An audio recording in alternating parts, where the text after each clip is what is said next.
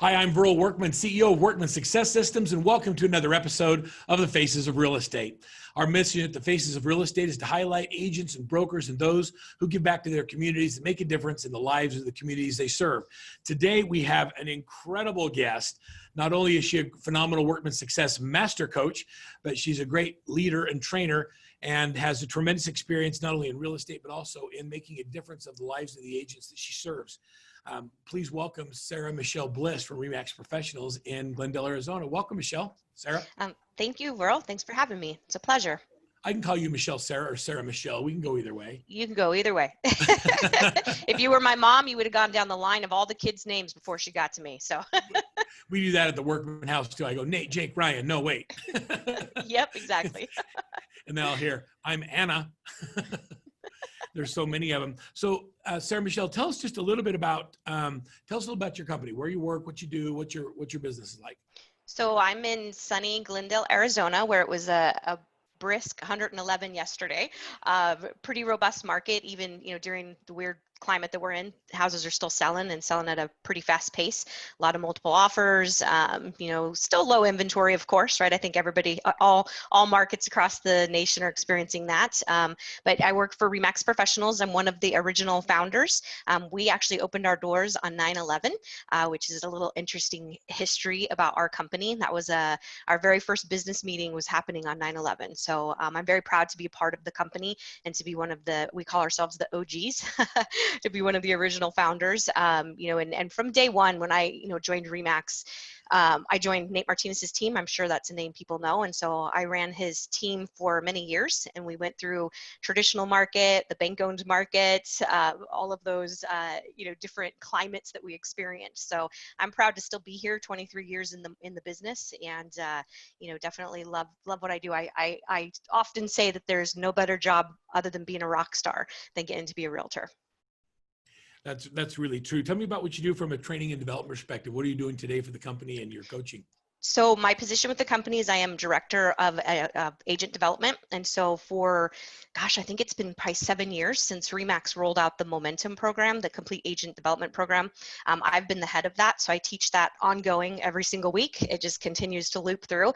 And so, it's not just for new agents. We really encourage even our seasoned agents to come through. And it's always fun to have a seasoned agent drop into a class or take the series with me because they bring such different perspective, and it, keeps me sharp, right? And then of course I'm a coach with your wonderful organization, and I also am a facilitator. So currently running Ramp Live, which has been really fun to see that and to get to do something new, because you do the same stuff over and over again. I kind of get tired of my own stories. So getting to do a new class has been really fun, and getting to see and doing it in a virtual environment has been a whole new way to stretch and grow as an instructor.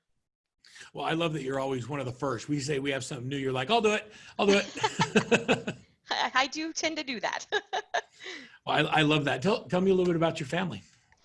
So I live with my boyfriend. Interesting is that we've actually known each other for 30 years.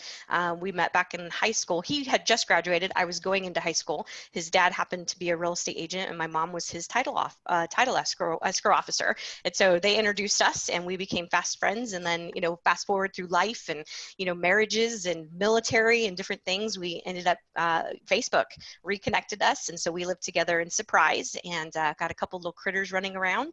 And yeah. So that's, we love going out in our Jeep. And in fact, we just bought a motorhome. So that's a whole new addition that we're going to be exploring and taking our love of nature to a whole other level.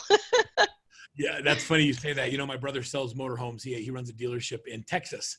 Oh. He says there has been a run. They have a hard time getting inventory. Yeah. Everybody is like, all right, we're going camping. I can't be in my four walls anymore. Yep. There's been a surge of sales. So have fun with that. Have you got your first camping trip planned out? Do you know what you're doing? Yeah, I think we're going to go Eastern Arizona towards the end of the month. So. All right. Well, come head towards Utah. We'd love to have you out here. We have a lot of we have actual mountains out here with like You trees, do. And water. one of my very dear friends lives there. So that's definitely a road trip that may be on the soon horizon. One of your other dear friends is what I think you could say. Yes, one of your yes. other dear. You have a whole Yes. family. You have a whole family here. You have a whole bunch of people that love you here in Salt Lake. So tell me a little bit about the community that you serve. Phoenix is a big area. Do you do the whole Phoenix metro? Yes, we do have agents pretty much all over that will serve all over, but we dominate the Northwest area. So Peoria, Glendale, the Sun Cities, Surprise. So, and that's pretty much where all of our offices are as well. So it's hard to service. I mean, there's what 5-6 million people here, and it's by demographic one of the largest cities land mass. So if you're in Glendale, it's real hard to try to serve somebody in Chandler, for example. Right. So we do pretty much work in the Northwest Valley. It's beautiful out there. There's a lot of really cool subdivisions and neighborhoods, and There is. the It's just opportunity to be toured around. you just got to bear the 3 months of heat so that you can enjoy the other months that are beautiful. I don't know very many people that just don't love it. If they live there, they love it. Whew. I have my days that the heat gets to me. My sister lives in Gilbert, and she's actually with me right now. So she's Oh, up here because she wanted to get out of heat. So she yeah. comes up about this time every year and spends a month or two, and it was really cool. I got to have her boys that are the same age as Nate and Ryan, my boys, all summer, every summer as kids. They would come to Salt Lake and Nice. do all of our scout camp trips and all of those things because of the heat there. But they all still live there, so they choose to love Arizona and to live there. So I think it's great. Well, and it's funny. It's like giving birth, right? You forget the pain of giving birth when the child's there, right? But same thing. When October rolls around, you're like, what was the summer? Because it's so stinking beautiful. I wish I could tell you that I understand how you feel, but I've heard that that's true about giving birth. I've heard it's true too. I never actually have had children myself, but I've heard that from other people. You have a stepson though that's that's joined the military. Yes, yeah, he is hopefully trying. He's trying. COVID-19's got everything all messed up, but he's trying to deploy about mid-July, and we're super excited for him. He made a really wise decision to join the Navy and tested super high on his scores, so he actually got to pick his program.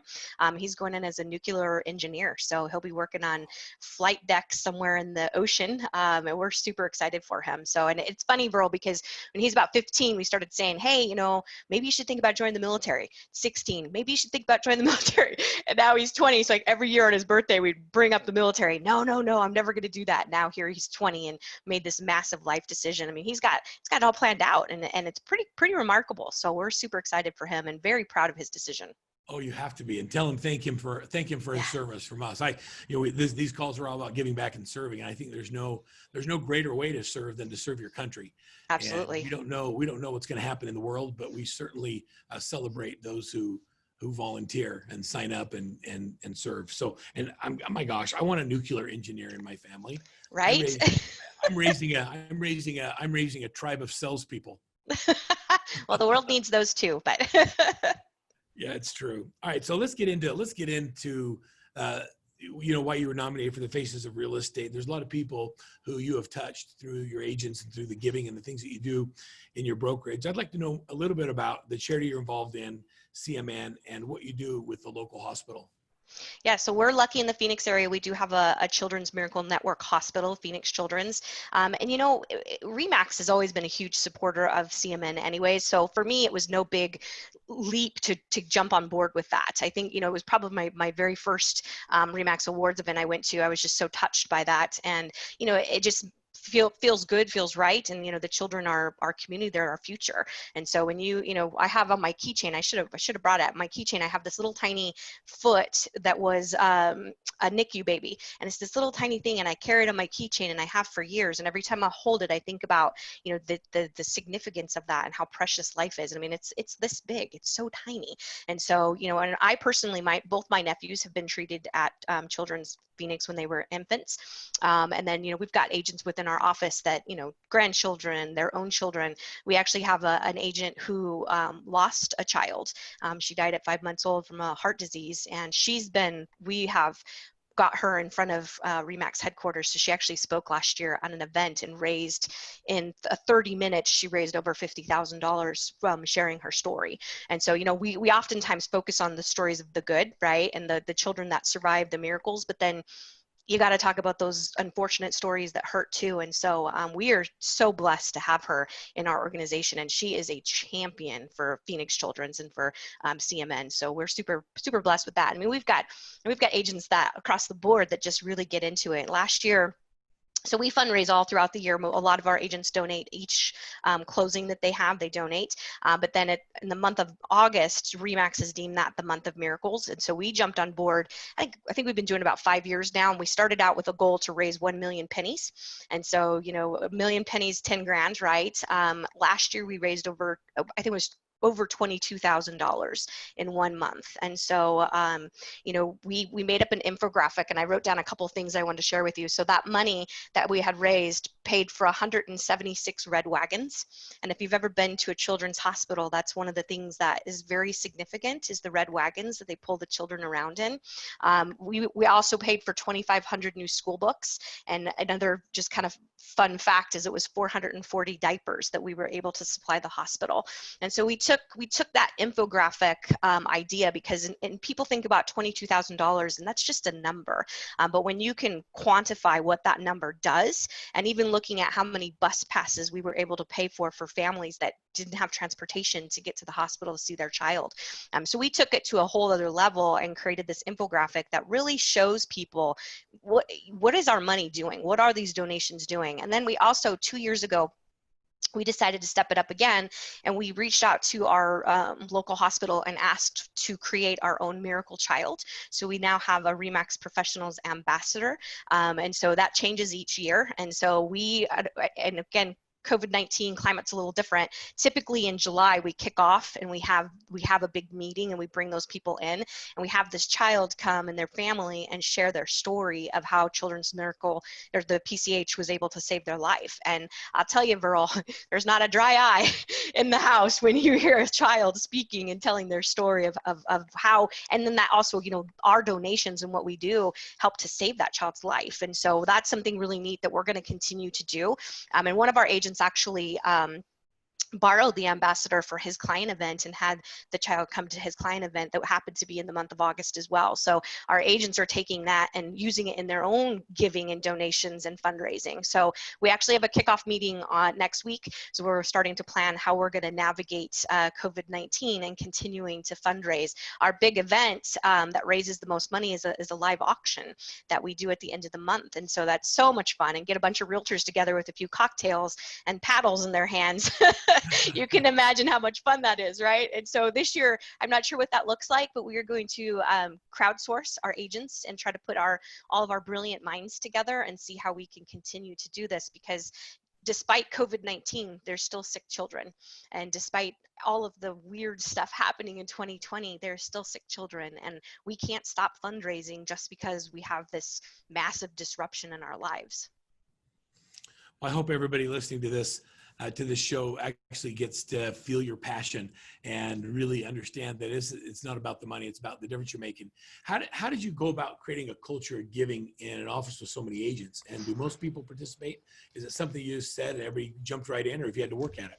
I would say that probably 75% of our agents participate in some regard. You're never going to get 100% buy-in. And there's, you know, and that's okay. There's people that are doing other charities, and we've welcomed those other charities. I think most agents, because it's a REMAX thing, they kind of buy into it because it comes from headquarters. But I say our culture, I have to give all of that props to Nate and to his previous business partner, because it was just something that, you know, from day one has been a part of our culture. And it's in each office that we have. It's kind of interesting because we have our overall synergy as a company, but each office has their own kind of vibe and culture. And so, you know, we have ambassadors, if you will, that in each office that really rally behind. Trita McGee's a great example. She has, since day one of being a REMAX agent, she's done a toy drive during the holidays that goes to Children's Hospital, and she does an open house wine and cheese event. Last year they had to take 2 different large trucks down to the hospital because they had gotten so many toys donated. And so she's, you know, she's just a huge ambassador as well. And so, you know, we're very blessed that we have some I would say kind of key people in each of our offices that really get behind it. But, you know, you're never, when you pick a big thing like this, you're never going to get 100% buy-in, but, you know, we do have, I would say probably about 75%. And again, culture of giving starts with Nate and Frank, and always has. And when you have leaders that give, it just, you know, you follow suit because it's just, you know, it's the right thing to do and it feels good. And, you know, I think what I shared with you, what Tony Robbins said is that, you know, there's 2 things in life. It's growing and giving. And when you grow, you can give more, right? And giving makes you feel good as a human being. I love that concept. I really believe that the reason we are blessed and have so much success in our lives is so that we can give back. I had a client one Absolutely. time ask me, and I should probably get him on. He asked me one time, he said, when's enough enough? When's enough enough? You It's know, he never made enough. $1 million as a coaching client, and he had 2 young kids at home and a beautiful wife. And he was like, when's enough enough? And I thought about that for a minute. And I came to this was just a virile conclusion that when you've funded your retirement, your children's educations, and the weddings are paid for, and you've given it all away and there's nobody else in need, that's when I'm going to stop. Hmm. Yeah. You have to take care of your family, and then we need to give it away. I mean, you can't take it with you, so why not make a difference? Right. And the thing too is it doesn't have to be massive numbers. We were very proud of the $22,000, and it's funny, our offices are very competitive, and so they want to generate the most, and so it's this, we have to keep it on lockdown because if one of the offices find out that they're ahead or behind, it causes this chaos. And so we wait till the end of the month to make the announcement of how much has been raised. And the people just went crazy last year when we got to over $22,000. And think about that in 1 month. But it wasn't just one thing, it was a collective effort. And so when you think about yourself as an individual, you don't have $10,000 to give. That's okay. If you have $1 to give, that makes a difference. And so, and share it too. I just started coaching a client out of Denver, and she wants to build schools in Asia. And I said, okay, well, let's start talking about it now. We don't have to wait till you have a certain dollar amount in the bank. Let's start telling your clients that, hey, for every house I sell, this is what I'm doing. And so, start talking about it now. Even if you're not started, start where you are, and the momentum will happen. And a way, one of my favorite quotes is that out of no way, a way will be made, right? And so as long as you're clear of the vision, and so start where you are and start with what you can. I love that. So tell me what you would advise someone. You just gave some really good advice. Start where you are and just go from. I was going to ask that question. Well, let's just talk about that. There's a lot of people that watch these Faces of, and they hear these grand plans, and you raise $21,000 in a month for Children's Miracle Network. Where does an individual start? Where does a brokerage or a company start if they want to create that culture of giving? And I also want to know from you what kind of an impact that having a culture of giving has made on your brokerages. On the brokerages, I mean, I think, it impacts when we can come together. And one year we did a panel, and we had several of our agents who had been directly impacted by children's. And one of the speakers was the gal that unfortunately lost her 5-month-old baby. And, when you bring people together and they get to see their brothers and sisters that are in the trenches together in real estate, sharing their stories, you have a connection. And then it's not just about you, it's about Christy's life, or Janet's grandson, and all these people. I'm getting goosebumps talking about it. It just changes your why. And so my advice to you is pick something that you're passionate about. Pick something that I don't care what that is, right? Pick something that makes a difference in the world, because at the end of the day, like you said, I can't take it with me. And what's my legacy? What did I do? I don't want people to say, oh, she was a great realtor. I want people to say that I was a good person and I made an impact on the world. And so start with something that you're passionate about, right? And if you're a brokerage and you're wanting to, you could pool your people, and ask them and say, hey, what if we were to pick a charity, what would be something you could get behind? I mean, there's homelessness, there's the military, there's, hunger, there's a plethora of places in life that need help. And so pick something, talk to your agents and pick something. There's some offices that will pick different charities, and then they, monthly will change the charities. So you could try something like that. But again, my best advice is to pick something, pick something that you're passionate about, and then, start with what you have. If it's $1, start with that, but start with something and then talk about it. Share it with people so that people can get behind that, right? And then they will start supporting you, and they'll share your message. I think when And you never know who you might inspire by sharing it, right? That somebody might be thinking, hey, I want to do something, and you sharing that and you having the courage all of a sudden gives them the courage to do it. So Troy, I think when you left pets off the available charities, your dog piped up. You're right, she did. So animals are another one. That's another one I'm passionate about, animals. Is animals. Yes. That was well timed. The dog deserves a biscuit for that. Well, Sarah Michelle, you're such a pleasure to have as part of the Workman family. We're grateful for the impact you make, not just on our clients, but also in the community that you serve. On behalf of the Faces of Real Estate and all of us at Workman Success Systems, thanks for being a difference maker and continued success as you continue to give back. Thank you, Burl. It was a pleasure to be here. So thank you so much.